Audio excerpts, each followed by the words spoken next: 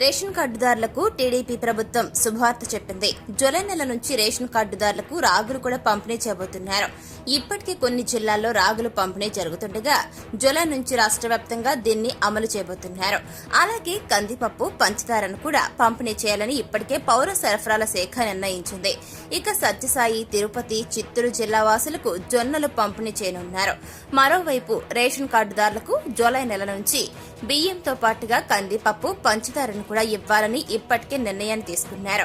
బహిరంగ మార్కెట్లో కందిపప్పు ధర భారీగా ఉన్న నేపథ్యంలో సగటు మధ్యతరగతి జీవికి ఊరట కలిగించేలాగా రేషన్ షాపుల్లో సబ్సిడీ ధరకు కందిపప్పు ఇవ్వాలని ప్రభుత్వం నిర్ణయం తీసుకుంది. గడిచిన కొన్ని రోజులుగా ఏపీలో రేషన్ దుకాణాల ద్వారా కందిపప్పు పంపిణీ నిలిచిపోయింది. సీఎం నారా చంద్రబాబు నాయుడు దృష్టికి ఈ విషయం రాగా జూలై నెల నుంచి కందిపప్పును కూడా బియ్యంతో పాటుగా పంపిణీ చేయాలని ఆదేశించారు. సీఎం చంద్రబాబు ఆదేశాలతో కందిపప్పును ఇప్పటికే మండలాల్లో ఉన్న స్టాక్ పాయింట్లకు తరలించారు. జూలై నెలలో అందించే రేషన్ సరుకుల్లో కందిపప్పు, పంచదారను కూడా పంపిణీ చేయనున్నారు. తాజాగా రాగులు కూడా రేషన్ కార్డుదారులకు పంపిణీ చేయాలని పౌర సరఫరాల శాఖ నిర్ణయించింది. రాగులు తీసుకోవడానికి ఇంట్రెస్ట్ చూపని వారికి యథావిధిగా బియ్యం పంపిణీ చేయనున్నారు. మరొక వైపు రేషన్ సరుకులను రేషన్ దుకాణాల ద్వారా పంపిణీ చేస్తారా లేదా వాహనాల ద్వారా పంపిణీ చేస్తారా అనేది క్లారిటీ రావాల్సి ఉంది.